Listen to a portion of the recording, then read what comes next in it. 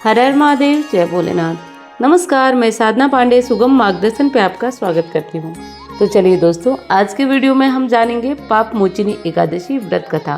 पाप मोचनी एकादशी, इसका व्रत करने से ही समस्त पापों से मुक्ति मिल जाती है और व्रत कथा सुनने मात्र से व्यक्ति जन्म जन्मांतर के पापों से मुक्त हो जाता है। तो चलिए भगवान का नाम लेकर कथा प्रारंभ करते हैं। धर्मराज युधिष्ठिर बोले, हे जनार्दन, चैत्र मास कृष्ण पक्ष की एकादशी का नाम क्या है तथा उसकी विधि क्या है? कृपा करके आप मुझसे बताइए। श्री भगवान बोले, हे राजन, चैत्र मास कृष्ण पक्ष की एकादशी का नाम पाप मोचनी एकादशी है। इसके व्रत के प्रभाव से मनुष्य के सभी पापों का नाश होता है। यह सब व्रतों में उत्तम है और इस एकादशी को पाप मोचनी एकादशी के नाम से जाना जाता है। पाप मोचनी एकादशी के महात्म के श्रवण से और पठन से मनुष्य के समस्त पाप नष्ट हो जाते हैं। एक समय देवर्षि नारद जी जगत पिता ब्रह्मा जी से कहा, महाराज, आप मुझसे चैत्र मास कृष्ण पक्ष की एकादशी का विधान कहिए। ब्रह्मा जी कहने लगे कि हे नारद, चैत्र मास के कृष्ण पक्ष की एकादशी को पाप मोचनी एकादशी के रूप में जाना जाता है। इस दिन भगवान विष्णु का पूजन किया जाता है। इसकी कथा के अनुसार प्राचीन समय में चित्ररथ नामक एक रमणीय वन था।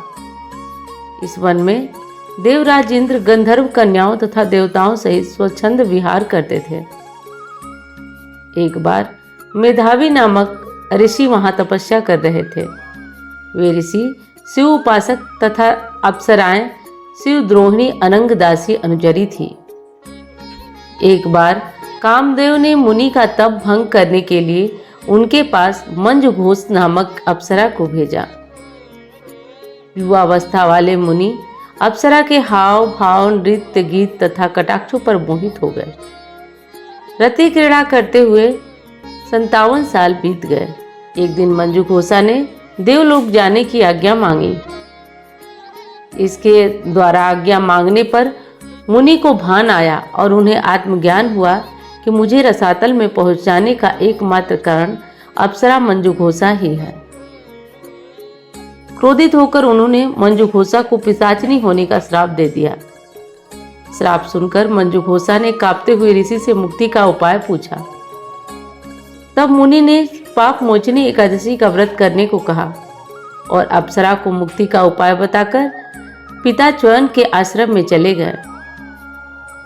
पुत्र के मुख से श्राप देने की बात सुनकर च्यवन ऋषि ने पुत्र की घोर निंदा की तथा उन्हें पाप मोचनी एकादशी चैत्र कृष्ण एकादशी का व्रत करने की आज्ञा दी। व्रत के प्रभाव से मंजुघोष अप्सरा पिशाचिनी देह से मुक्त होकर देवलोक चली गई। अतः हे नारद, जो कोई मनुष्य विधि पूर्वक इस व्रत को करेगा उसके समस्त पापों का नाश हो जाएगा। इसमें कोई संशय नहीं है। जो कोई इस व्रत के महात्म्य को पढ़ता है, सुनता है, सुनाता है, उसको सभी कष्टों से मुक्ति मिल जाती है। इतनी महत्वपूर्ण है यह व्रत कथा। तो उम्मीद करती हूँ कि यह कथा, यह जानकारी आप सभी को काफ़ी पसंद आई होगी। अब मैं मिलती हूँ आपसे अन्य वीडियो में। धन्यवाद।